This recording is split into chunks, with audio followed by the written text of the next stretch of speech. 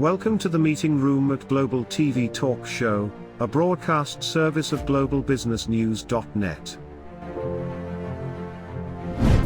This episode from the meeting room of Global TV Talk Show is brought to you by The Bridge School, the accredited international online private school of choice, at bridgek12.org. Porch Light Rental and Destination Services. Reduce your renter lump sum or managed relocation costs. Visit them at porchlightrental.com. CubeMonk, featuring the world's first smart cube. Track your goods with our advanced GPS system. Welcome to the future of moving and relocation at cubemonk.com. Primestone Partners, featuring corporate, government, and developer housing solutions, as well as senior-level advisory services. Find them at primestonepartners.com. And by heirs.com. With our full range of services, we can help design and manage your international relocation. Find us at heirs.com. Insured Nomads provides protection and peace of mind, with health insurance, travel insurance, group, or tailored insurance for the globally mobile. Visit us at insurednomads.com. And by International Auto Source. We are the vehicle experts for expats, featuring all major brands of automobiles with flexible solutions and financing. On the web at intlauto.com.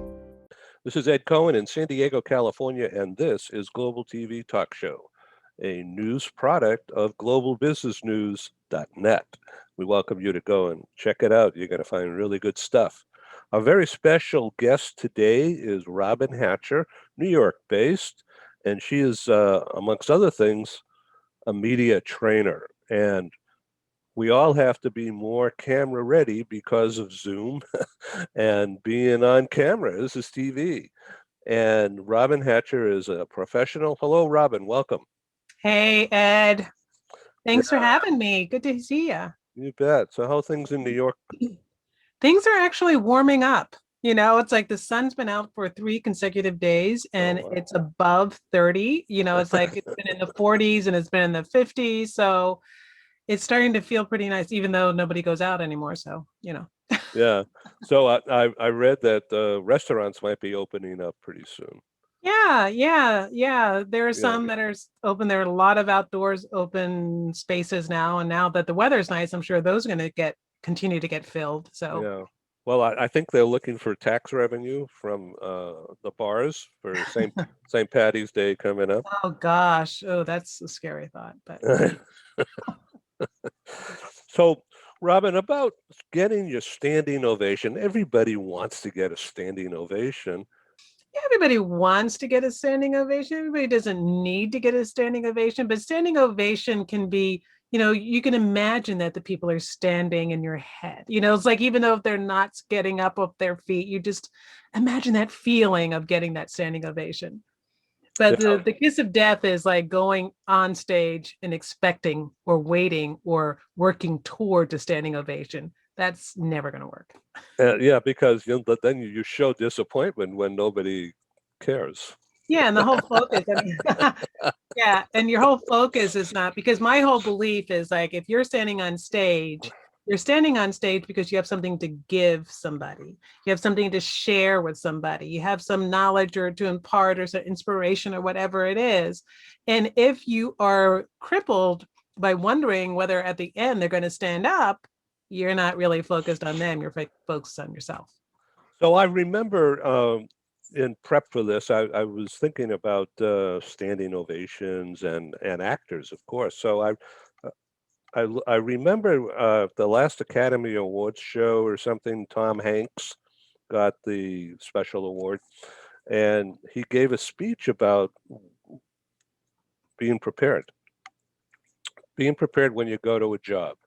Now, he used himself and being an actor, going on the set, being prepared, bringing your whole self, bringing your ideas, bringing your experience, bringing your want to serve the audience, being ready.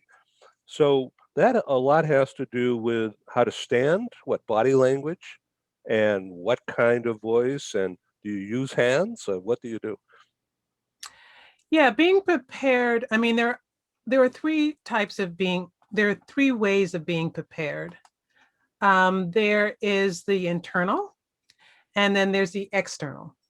And so what you were just listing is like, that's all the external preparations, like how you stand, how you hold yourself, the quality of your voice, the tone of your voice, all of your eye contact and your handshake, even, especially like in the days when we were shaking hands. Those are some of the things that those are external. And being prepared also means to prepare yourself with the internal needs that you have. It's like, what is it that I am giving to that person? Like I mentioned earlier, or how can I express myself? How deeply do I know myself?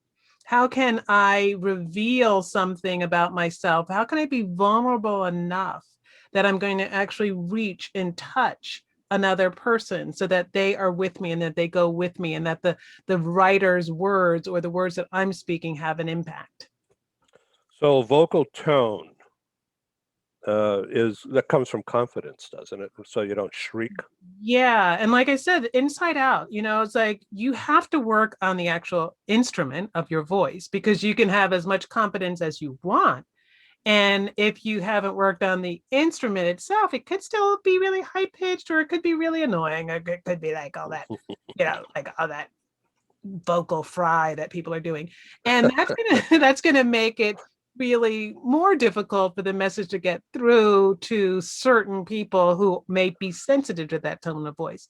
So confidence is one thing, doing vocal exercises is another. In my book, Standing Ovation Presentations, I actually give you some vocal exercises that you can do that are going to help you create a stronger voice. I also have a CD on Amazon, which is a CD or MP4, which has 12 vocal exercises that you can do. If you do them daily, you can really start to change the quality of your voice. It gives you breathing exercises. It gives you enunciation exercises. It gives you different exercises that I had to learn when I was in college studying theater, and I needed a stronger, more powerful voice. So yeah, there are lots of people that work on the voice, but confidence is one thing, and then you do have to work on the instrument. So let's talk about. Hey, Dino, welcome. Say hi to Robin. This is Dino. Hi, Dino.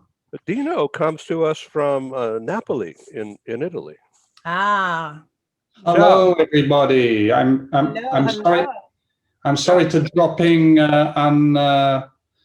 unannounced. Are you kidding? You can come in any day on my shows. Yeah.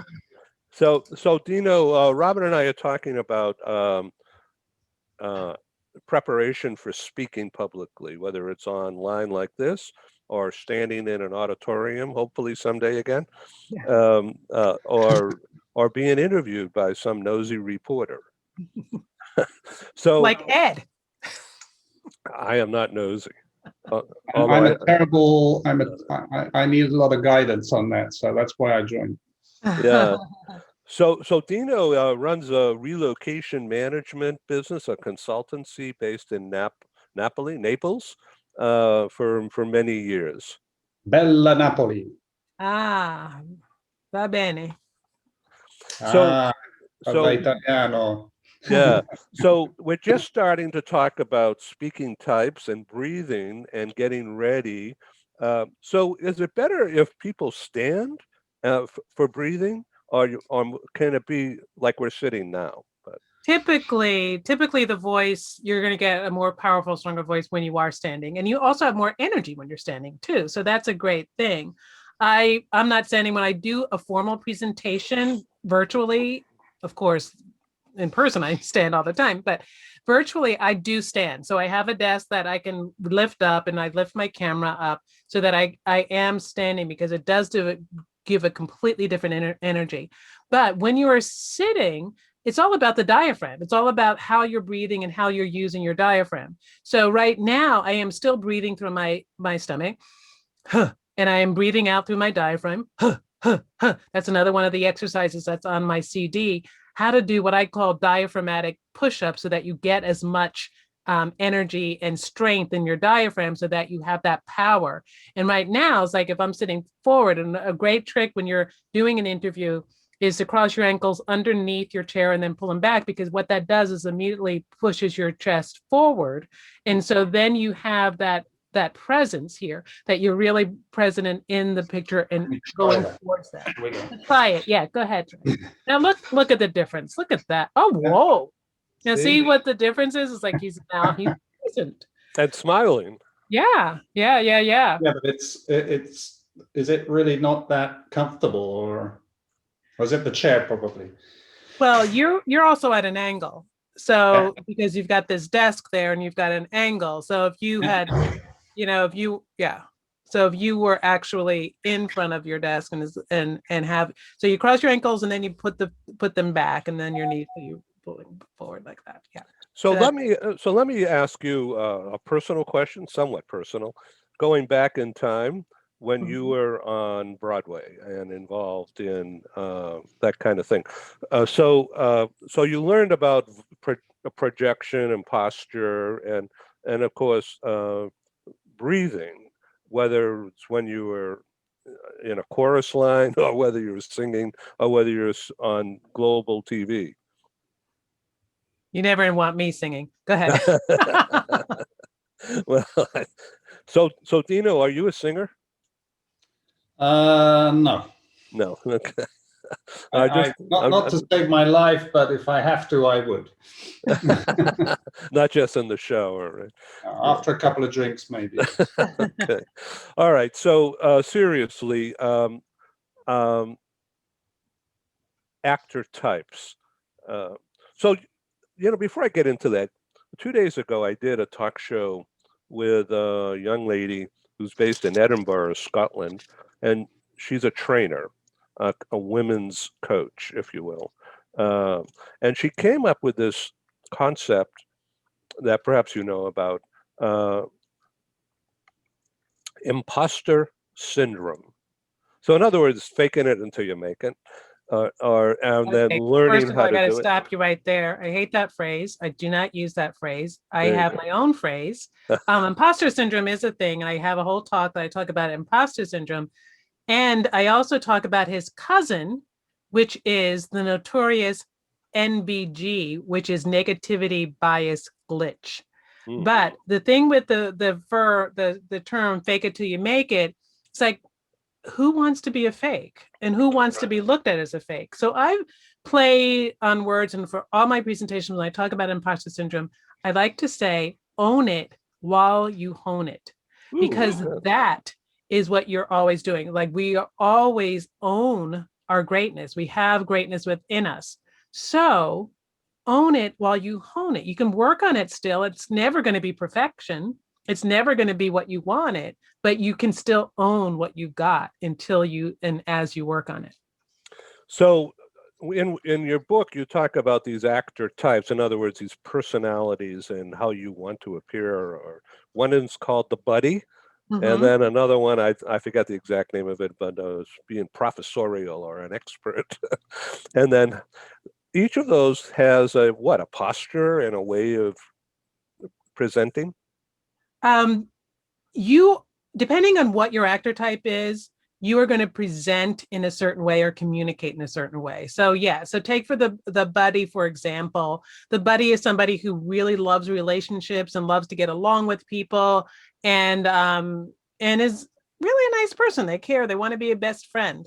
And so when they present, they're going to be the people that tell the stories, and they bring you in and they ask questions. And that's the buddy style of presenting, which is great. And it's fine. It's not, but if you are a superhero, for example, a superhero is somebody who's like really forceful, a force of nature, is like they like getting things done. Action is the name of the game, and they really want to make a difference and change your mindset. So that's a different communication style. They might tell stories, but they're stories about winning or something like that, and their whole tone is going to be very straightforward, whereas a buddy is going to be much more friendly and laid back and having conversational. Superhero is going to stand there and really just present and give and make, and it's like, yes, you need to change. That kind of delivery. Both of them are equally fine and equally powerful. But whatever it is that you want to be true to that type, so that it doesn't seem fake. Now, sometimes certain presentation styles don't lend themselves to a powerful presentation, and that's when you can then adopt or borrow a quality from another actor type, and you can become the Meryl Streep of presentations, which whatever the situation calls for, that's what you're going to go in and deliver. So, Dino, when you make presentations to people who are relocating, if you remember those good old days, what do you take on a different role? Do you play the father, the teacher, when you help people get settled or learn about a new location? Well, I tend to have a mixed identity kind of thing. I really want to try. Obviously, the customers, when they come in, we know them by what they've written on their, on their analyst sheets, and we don't really, apart from now with the communication, but we don't really communicate other than have a telecon or WebEx or something, and most of the time it's we realize with corporate companies you're having it with not both or the whole family, and which I prefer when you have a call with the whole family. Then I know where my cue can come in, where can I extend my being frank as soon as I know people, where do I need to draw a line and not, tell them to, don't come here with your Rolex because you might not see it on your on your arm anymore. So you really don't know what to, at what extent. So I try to listen first and then grab the information I need to then expose myself. But that's tendably how we work in the business. Obviously, our product, at that point, we're not selling a product. We are selling ourselves for the trust of the person who's coming in. So, right. Yeah, I mean, that's a great way of approaching it. And I have to argue that you're always selling yourself. It's like no matter what the product is, they need to trust the salesperson, and so I love that approach of listening first. And then, I mean, that's what being the Meryl Streep is like. You listen, it's like, what does the director want? What does the script say? What are the other characters doing? This is what I have to deliver right now. And that's what truly effective communication is all about. Okay, so I passed the test. So yes. So what's another actor type? One of the other actor types is, and it's often confused, as people always say, because there's their hero actor type. So people are like, well, how is a hero different than the superhero? And in theater and in film, you want to think about the hero is always the star of the show, the protagonist, and the hero is not always a superhero. So Tom Hanks is a hero. Kate Winslet is usually a hero.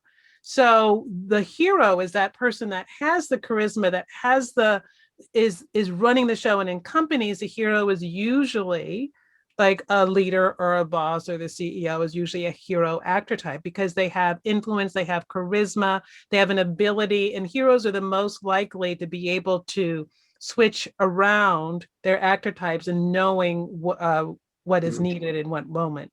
And so that's what the hero is. And so each hero, the problem with the hero is that they're always so charismatic and they're always used to being the center of attention. Sometimes they get a little carried away with that and then they're not vulnerable anymore. And so each actor type, they have these wonderful qualities, and they also have what is called fatal flaws in the whole actor world, because there's both sides to every coin. So the hero's fatal flaw is lack of vulnerability sometimes. And another actor type is the whiz kid. It's like those are the four top: the buddy, the superhero, the hero, and the whiz kid. Is the whiz kid, it's a person who has always got the calculator, or always like, it's like, is this correct? Is this right? I mean, I need to give you every single explanation of why I'm doing this. And I need to know exactly what is in that particular widget. And I'm sure, when you're talking to even relocation people, it's like there are the whiz kids that want to know where the school is, what the distance is between this, like how many dishwashers are in the place, how many bathrooms. Those are the people that are the whiz kids, and they need to know that information. And it drives them nuts if they don't get it. And of course, go ahead. Sorry, I know that rings a bell, because one of the questions we always get asked, even on a home search, that say was the way the living is in some places in Italy, you're living in a high rise, it's a condominium, so nice apartment, and they say like maybe 50, 60 apartments, and then you got that whiz kid and say, well, how many kids are in this complex? Right. Yeah. And you get that question, and it really shows that they have no idea what living in a high rise in Italian complex it is, because it's not owned by Donald Trump or the owner of, there's 60 apartments, there's 60 owners. So, it's not the Trump Tower and it kind of chuckles when we hear that, how many kids live in this complex. Right. Yeah. Whereas a buddy would probably ask information to get hold of. Yeah. And they want that information because they need clarity. They need to see it in exactly how it is. Whereas a buddy might ask, is there common space? It's like, is there a place that you could socialize? Like those are the things that they care about. So yeah, it's interesting. And then there was some the sub actor types, which they're not sub, but they're not as common. And those are like the comic and the curmudgeon, which I love the word curmudgeon. And just saying it. I know. Just watching, feeling your mouth move. Exactly. You just know curmudgeon. I've never heard that. What does that mean? Curmudgeon is someone who's very curmudgeonly. They're stuck in their ways. They have like an older or set way of thinking. They can be very stubborn. They don't care a lot about outward appearances. It's like, whatever has been happening and working so far is fine, and things are fine exactly what they are.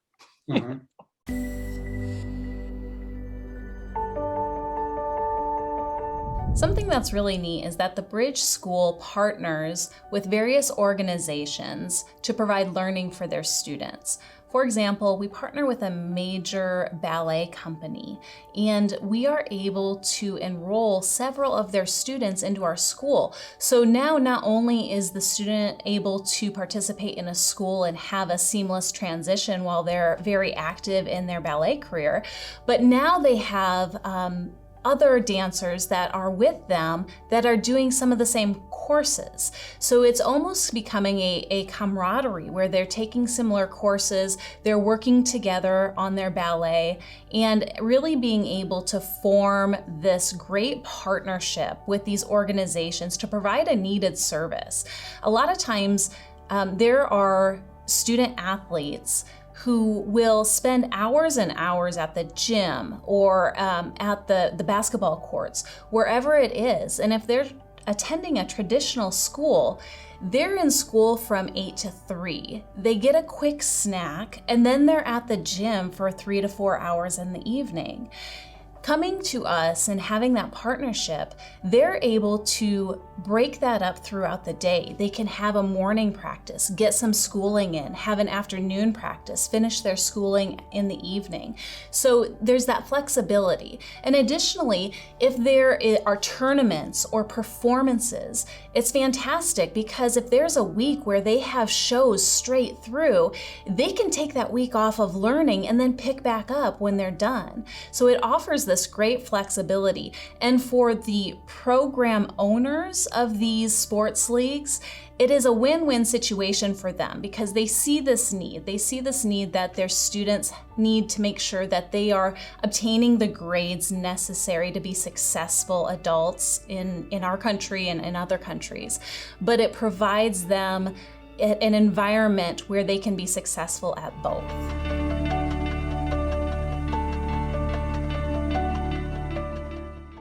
So on your website, or I mean on your LinkedIn page and also your website, speaker, etc. That's speakeretc.com. No, speak, etc. Speak. Yeah, speak, etc. Okay, speakeretc.com. You have a wealth of information with video links and other links. Why don't you talk a little bit about how to use what's on your site? This is for the world out there that will be watching the show 6 months from now. So I know you change things, you update things, but you're really busy at this time of year, and so I want to make use of your time right here, and then we can move on in the next 15 minutes. But COVID and the impact of isolation or just being home a lot is making some people nuts, and others are really getting into themselves or into self-improvement. Mm-hmm. So what are some tips that you could give to people who are watching this thing about, okay, how can I be on stage more? Mm-hmm. What do I have to change within me?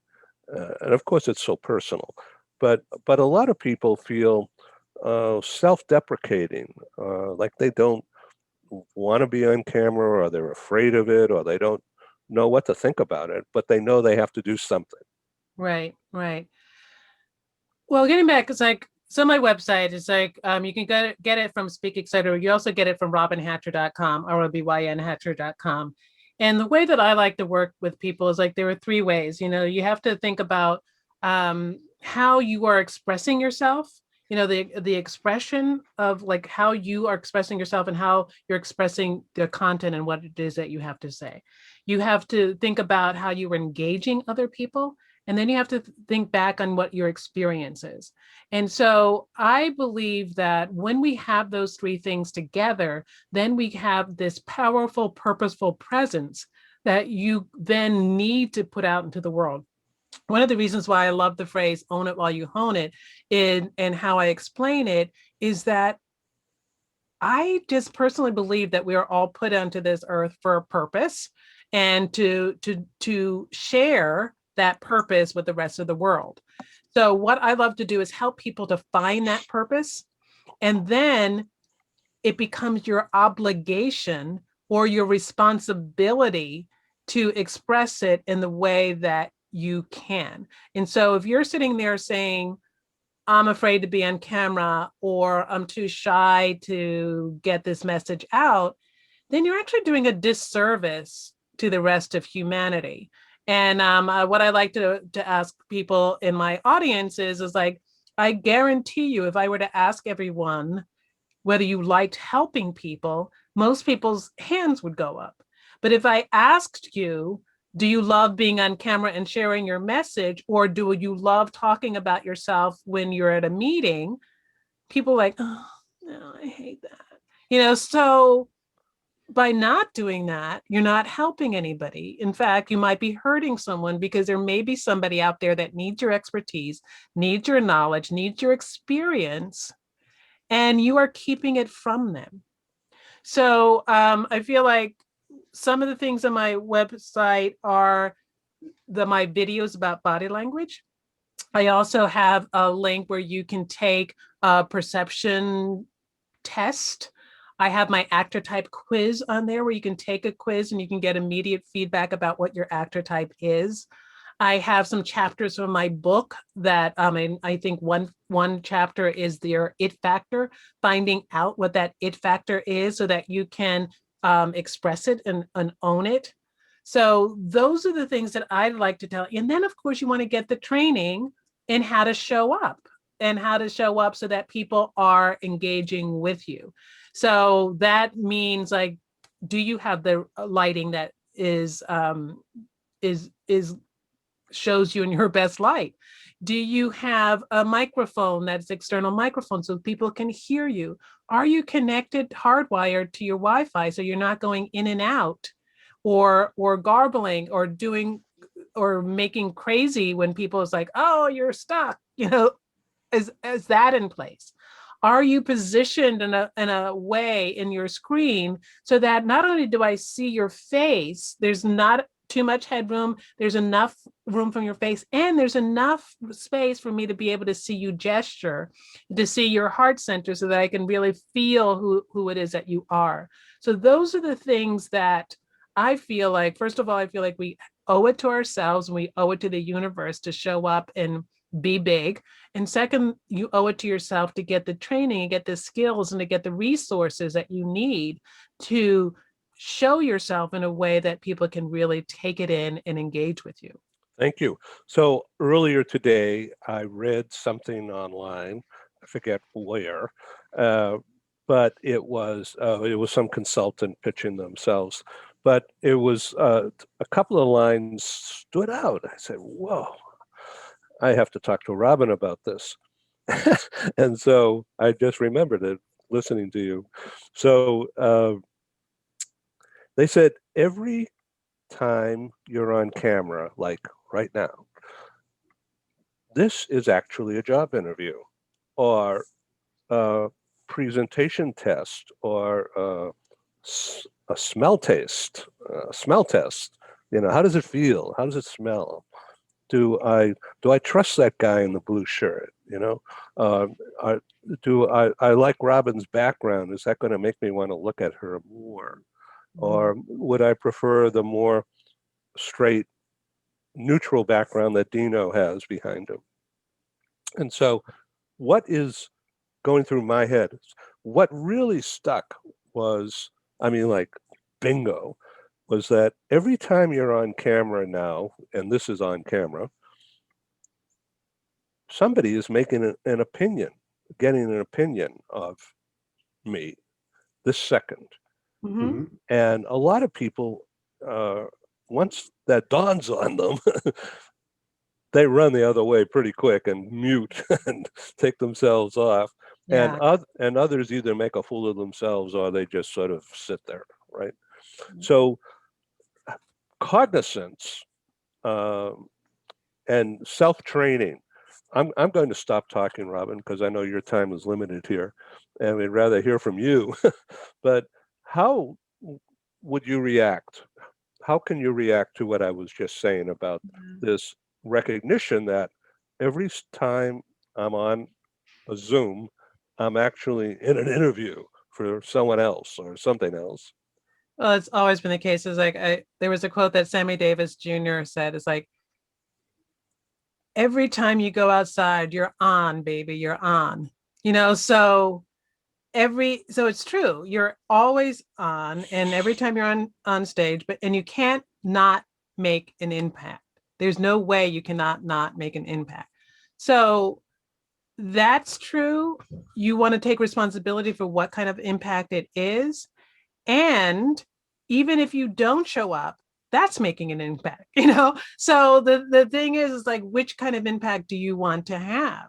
Now turning off the camera, that's making an impact. Even just like whatever, what picture you have there, if it's just your name, is this as well. So that's having an impact. So you can use that as, yes, it's an interview, and say, yeah, great. I am interviewing left and right, and somebody's going to really fall in love with me. The other thing you have to realize is that you can have the most amazing interview and 5 people are going to hate you. Right. And so what? So the thing is, just get out there and know that there is no one size fits all. There is no right way to present yourself. I mean, there are better ways, there are more effective ways. There is no way that you're going to get 100% of the people liking you, admiring you, trusting you, buying from you. So what if you get 2%? What if you get 3%? That's still something that you can own and build on. But without practicing it, it's just going to get worse. So like, and so what I love to help people do is make little tiny things, like go on smaller meetings or tape yourself over and over again until you're satisfied with it. Record yourself and then share it with a friend. I just did that yesterday. I was shooting 2 things. I was like, oh, I like these 2 things, and one I like better. So I sent them both to my friend, and she gave me back her feedback. So those are little things that you can do. It's so easy now to record yourself, send it to somebody's like, oh, what do you think? Or just put it aside for 3 days. Don't look at it right away. Put it aside for 3 days. Then look back and then look at it from an outside eyes, like, what is that? What would I think of if I saw myself do that? And those are the ways that you get better. Those are the ways that you get stronger. And then you can use the fact that everybody is watching as an interview and live with it. The other thing is people are so busy. Half the times, most of these things don't get watched. So, hey, go for it. So, Robyn, it's a delight to watch you and to learn from how you are so comfortable with yourself in expression. And I'm trying to be that way right now. And I know it's nothing compared to what you have, because you have years of doing this from a training point of view and a developmental point of view. And most everybody doesn't. So with that in mind, would you recommend to Gen Z, who's really good at computer and thumbs and all that, and generally speaking, not so good with interpersonal relationships and expression because of the concentration on tech things, and communicating rapidly that way rather than interpersonally, and certainly not on camera all the time? Would you recommend that young people, or anybody, but particularly younger people in business today, or even in high school, take a drama course? Yeah, I mean, there are many ways. Like drama is great, improv comedy is great, stand-up comedy is great, even just dance classes are great. So it's a way of expressing yourself. If you can find a different way of singing lessons, all of those pursuits are ways to get out of the logical brain and into the emotional brain. And that is one of the things that connects you with your content. And it's like, I appreciate what you say about my son, and I have to appreciate that I have worked and I've done this a lot. But a lot of my style and my delivery and my passion around it comes with the passion that I have in what it is I'm talking about. And so without that, I don't know what my body language would be doing. I don't know what my vocal tone would be doing. So it's really hard to dissect the 2 things, And so one of the things, and that's why I mentioned, like, all of those pursuits are ways of people getting more in touch with their passion, with their desire to express themselves. And the more that you can get in touch with that, because I'm telling you, the most of the people that I have the hardest trouble working with, as far as from a presentation standpoint, are the people who are just not connecting their passion with their purpose, their passion with their words. So, and that's why I always start there. I always start with the personal branding. Who are you? Who are you? Why are you doing what you're doing? And once we could figure out why you're doing what you're doing, then we can have you express it in a way that people will experience it differently. So that's my answer. So yes, any of those pursuits would be golden. Oh, well, thank you very much. Yeah. Dino, thanks for joining us. Dino was talking about his presentation, so I wanted to know if he had any questions. Yeah. Well, I have a load of questions. So, apart from obviously what's happening now with COVID and where you present yourself on video. For example, now you're coming into my home. So my mindset is, when someone comes into my home, you're already my buddy or my friend, and I'm relaxed. So I would be a little bit hesitant to have an interview doing it from my home, because I feel so relaxed. I got my coffee, I can smell my my flowers. I can smell the wine. So I'm so relaxed. So maybe, is that a problem, having these presentations when you're actually in this time of COVID, staying at home? And That's a great question. That's a really great question. And it is a problem, but it's not an insurmountable problem, because you have to realize that you are at home and you are on stage. And so what I recommend is, right now I'm in my son's repurposed bedroom, right? So it's a place that I don't go, except for now I go here every day to work from here.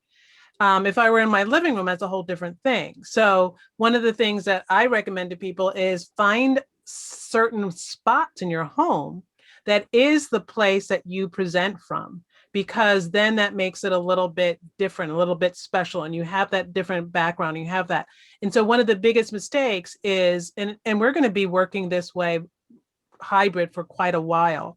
So yeah, you're in your home, but you're not, so and you want to adopt a mindset that this is me at home, this is me when I'm presenting, and it's a whole different energy.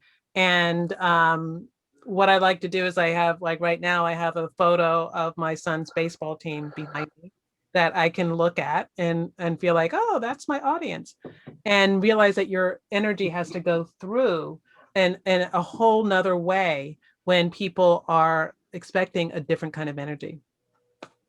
Thank you. Yeah. Especially if the cat or the dog or someone else walks by, right? I know, such is life.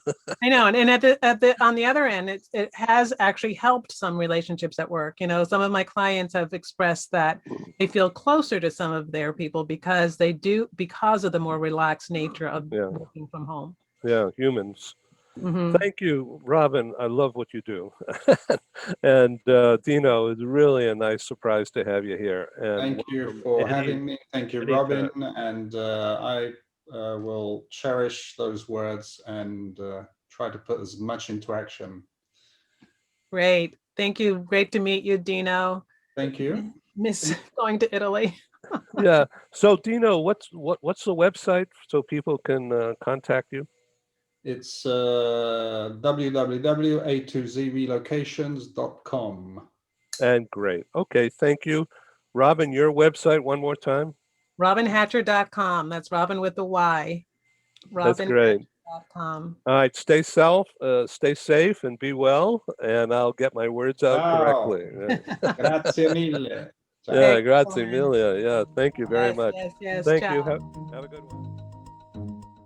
Thank you for joining us in the meeting room at Global TV Talk Show. Have a wonderful day, and stay safe.